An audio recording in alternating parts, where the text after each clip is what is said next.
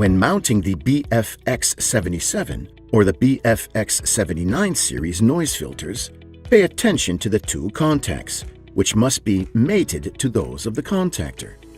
Tilt the filter slightly and then latch it by pressing slightly.